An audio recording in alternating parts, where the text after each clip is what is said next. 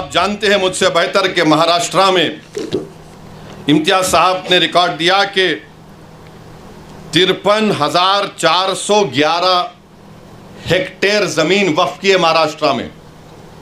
53,411 hectare, जिसमें से औरंगाबाद में 4,099 हेक्टेयर है। तो ये पूरी ज़मीन नरेंद्र मोदी छीनना चाहते हैं, याद रखिए मेरी इस बात को। और कैसे छीनना चाहते हैं? उन्होंने कानून बनाया। अब ये जो बिल पेश किया गया है, वो बिल में क्या लिखा गया कि सेंट्रल वक्फ काउंसिल में पहले क्या था कि सिवाय वज़ीर को छोड़कर, मिनिस्टर को छोड़कर अगर कोई गैर मुस्लिम है तो वो चेयरमैन होते थे। उसमें बनते थे 3 मुस्लिम ऑर्गेनाइजेशन से, 4 जो बड़े मशहूर है मुल्क के member, 3 member of parliament, 1 Waqf board का मेंबर, 2 रिटायर्ड जज सुप्रीम कोर्ट का, हाई कोर्ट का, 1 वकील जो पूरा मशहूर हो, और 1 मुतवल्ली से, और 3 आलिम दीन होना चाहिए। अब हुकूमत ये कर दी है कि सिर्फ 2 मेंबर बनेंगे मुसलमानों के, पूरे के पूरे गैर मुस्लिम होंगे सेंट्रल वक्फ, बाकी सेंट्रल वक्फ काउंसिल में।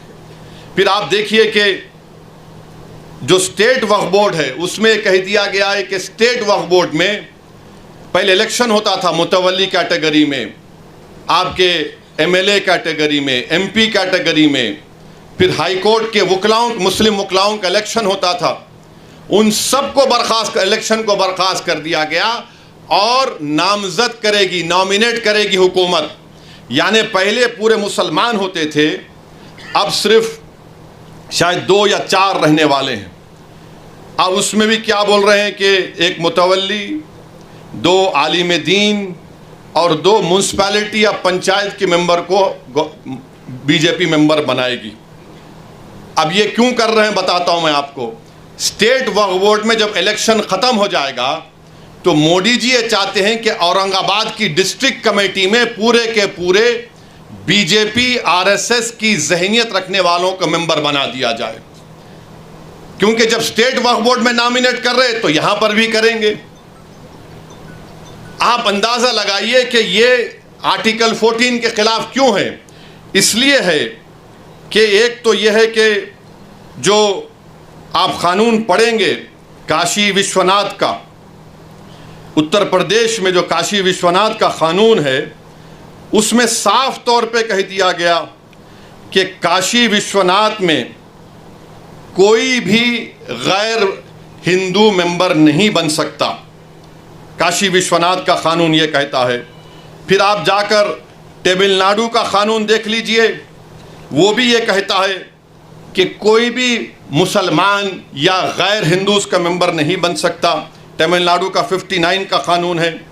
फिर आप आंध्र प्रदेश का सेक्शन 3(2), उसमें कहा गया है commissioner, additional commissioner, joint commissioner, बल्कि कोई काम करने वाला भी गैर हिंदू नहीं हो सकता। कर्नाटका का 97 का कानून ये कहता है कि कोई गैर हिंदू मेंबर नहीं बन सकता।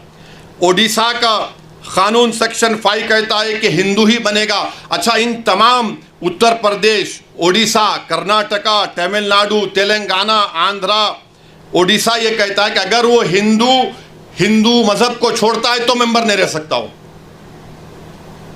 अब यहां पर हमारे वक्फ बोर्ड में आप आकर कह रहे हैं कि गैर मुस्लिम भी सेंट्रल वक्फ बोर्ड में बन सकता है।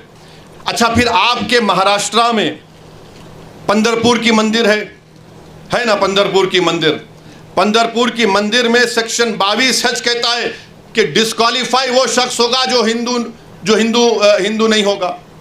पंढरपुर की टेम्पल एक्ट कहता है 73 का सेक्शन 22H, निसार साहब जानते हैं, आप नहीं बना सकते किसी गैर हिंदू को।